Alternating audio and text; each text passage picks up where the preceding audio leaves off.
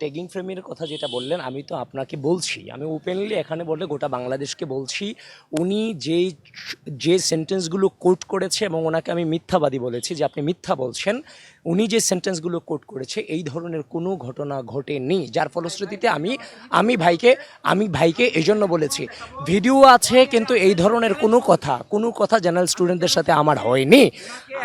ইয়ামিন, আপনার বক্তব্য শুনবো। আপনার বক্তব্য, আপনার কাছে আসছি আমি। উনি যেটা বলছেন এবং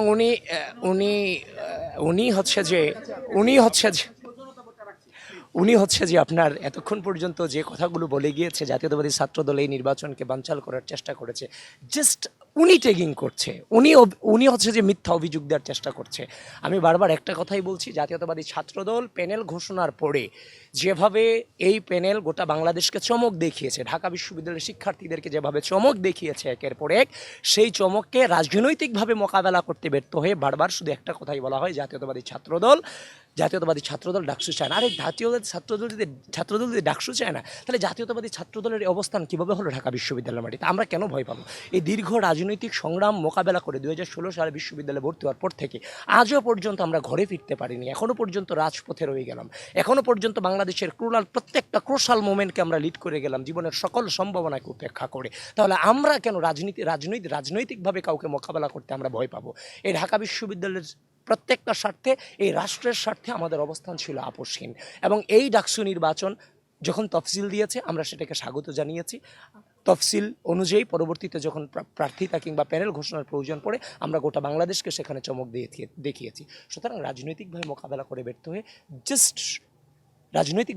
করতে ব্যর্থ হয়ে জাস্ট হচ্ছে যে আপনার অভিযোগের মধ্য দিয়ে কিংবা সাধারণ শিক্ষার্থীদের বিভ্রান্ত করার চেষ্টা করে বিগত সময়ের বিভিন্ন ধরনের হচ্ছে যে ওই আমাদেরকে ছাত্রলীগের ফ্রেমে টেনে আনে।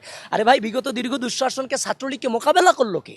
এই বিগত দীর্ঘ দুঃশাসনে ঢাকা বিশ্ববিদ্যালয় থেকে ছিল বাংলাদেশের প্রত্যেকটা রাজপথে, প্রত্যেকটা ইঞ্চিতে, প্রত্যেকটা মাটিতে হাসিনাকে ফেসিবাদ, এক দফা এক দাবি এক্ষুনি হাসিনার পাততে, step down Hasina, no more Hasina, এক দফা এক দাবি হাসিনা তুই কবে যাবে। গোটা বাংলাদেশের মানুষকে আমরা এই স্লোগানগুলো চর্চা শিখিয়েছি, বাংলাদেশের মানুষকে এই স্লোগানে প্রভাবিত করেছি, যেগুলো করতে গিয়ে আমাদের জীবনের সকল সম্ভাবনাকে উপেক্ষা করতে হয়েছে।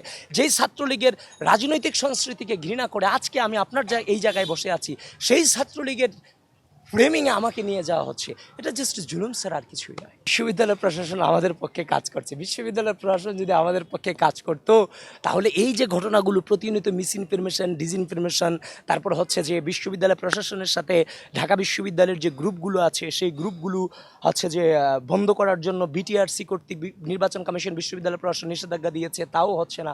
অথচ বিশ্ববিদ্যালয় প্রশাসন কারা এগুলো করছে তাদেরকে চেনে, জানে, বোঝে।